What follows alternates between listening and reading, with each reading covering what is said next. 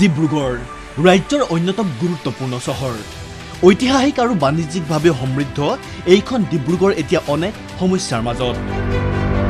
কৃত্ৰিম বানৰ পৰা যানজঁটলৈ বাটপথৰ পৰা পাৰ্কিংলৈ এনেবোৰ সমস্যাই বিগত বহু বছৰৰ পৰা ডিব্ৰুগড়বাসীক খুৱাই আহিছে জলাকলা বিগত বৰ্ষৰ কৃত্ৰিম মানে অতি গুৰুত্বপূৰ্ণ চহৰখনত কি অৱস্থাৰ সৃষ্টি কৰিছিল হেয়া সৰ্বজনবিদিত পিছে এই সমস্যাসমূহ সমাধানৰ বাবে এইবাৰ উঠি পৰি লাগিছে স্থানীয় সাংসদ তথা কেন্দ্ৰীয় মন্ত্ৰী সৰ্বানন্দ সোণোৱাল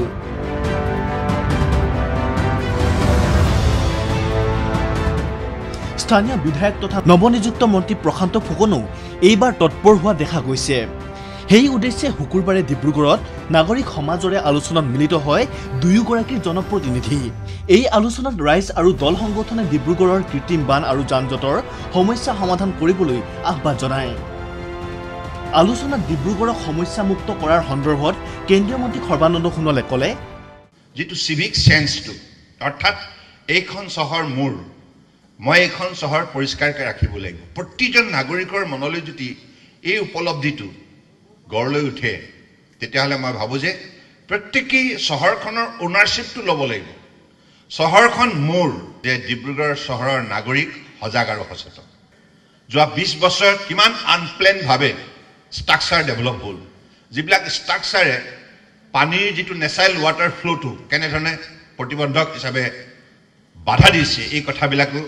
ইতিমধ্যে অধ্যয়নত সকলোবিলাক স্পষ্টভাৱে পৰিষ্কাৰ হ'ব গুৰুত্বপূৰ্ণ চহৰখনৰ সমস্যাসমূহ সমাধানৰ বাবে এইবাৰ ডিব্ৰুগড়ৰ বিধায়ক তথা মন্ত্ৰী প্ৰশান্ত ফুকনেও লৈছে সংকল্প বিশেষকৈ ডিব্ৰুগড়ক কৃত্ৰিম বানমুক্ত কৰিবলৈ কঠোৰ পদক্ষেপ লোৱাৰ ইংগিত দিলে স্থানীয় বিধায়কগৰাকীয়ে আমি খুব প্ৰত্যাহ্বান হিচাপে লৈছো আমি এই কামখিনি অতি সোনকালে 15 দিনৰ ভিতৰত আমাৰ যিটো আৰ্ট ৰেল আপোনালোকক কৈছো 15 দিন 20 দিন মেক্সিমাম 20 দিনৰ ভিতৰত আমি কাম আৰম্ভ কৰিম উল্লেখ্য যে ডিব্ৰুগড়ৰ কেশৱ চন্দ্ৰ গগৈ পথছোৱাত ভয়াবহ যানজঁটে অতিষ্ঠ কৰিছে ৰাইজক কেইবাখনো মহাবিদ্যালয় বিদ্যালয় থকা এই পথছোৱা ঠেক হোৱাৰ বাবে বিদ্যালয়সমূহ আৰম্ভ আৰু ছুটিৰ সময়ত ব্যাপক যানজঁটৰ সৃষ্টি হয় পথছোৱাৰ কাষেৰে যোৱা ৰেলপথটোৰ বাবে সম্প্ৰসাৰণ কৰিব পৰা অৱস্থাত নাই এই পথটো যাৰ বাবে এএমচিলৈ যোৱা ৰোগী এম্বুলেন্স আদি বহু সময় আবদ্ধ হ'বলগীয়া হয় এই পথটোত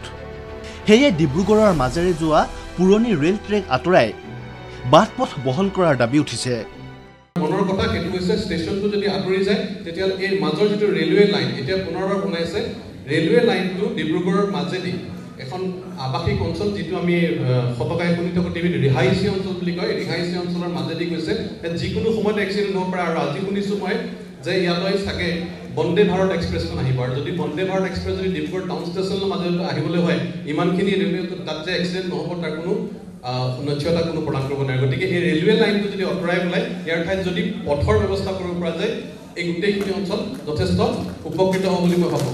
ডিব্ৰুগড়ৰ বিশিষ্ট ব্যক্তিসকলৰো দাবী পুৰণি ৰেল ষ্টেচনটো সংৰক্ষণ কৰি মিউজিয়ামলৈ ৰূপান্তৰ কৰক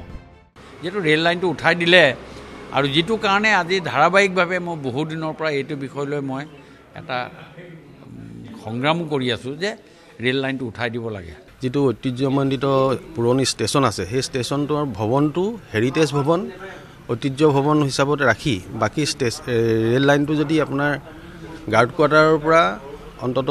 নালিয়াপুললৈকে বা বাণীপুৰৰ সেইখিনিলৈকে উঠাই দিব পাৰে ডিব্ৰুগড়ৰ 70% যানজঁটৰ সমস্যাটো নাইকিয়া হ'ব আৰু ডিব্ৰুগড়ৰ উন্নয়নৰ ক্ষেত্ৰত নৱগঠিত পৌৰ নিগমৰো আছে বহু গুৰুত্বপূৰ্ণ ভূমিকা ডিব্ৰুগড়ৰ পৰা টমাছ বুঢ়াগোহাঁইৰ ৰিপৰ্ট ND24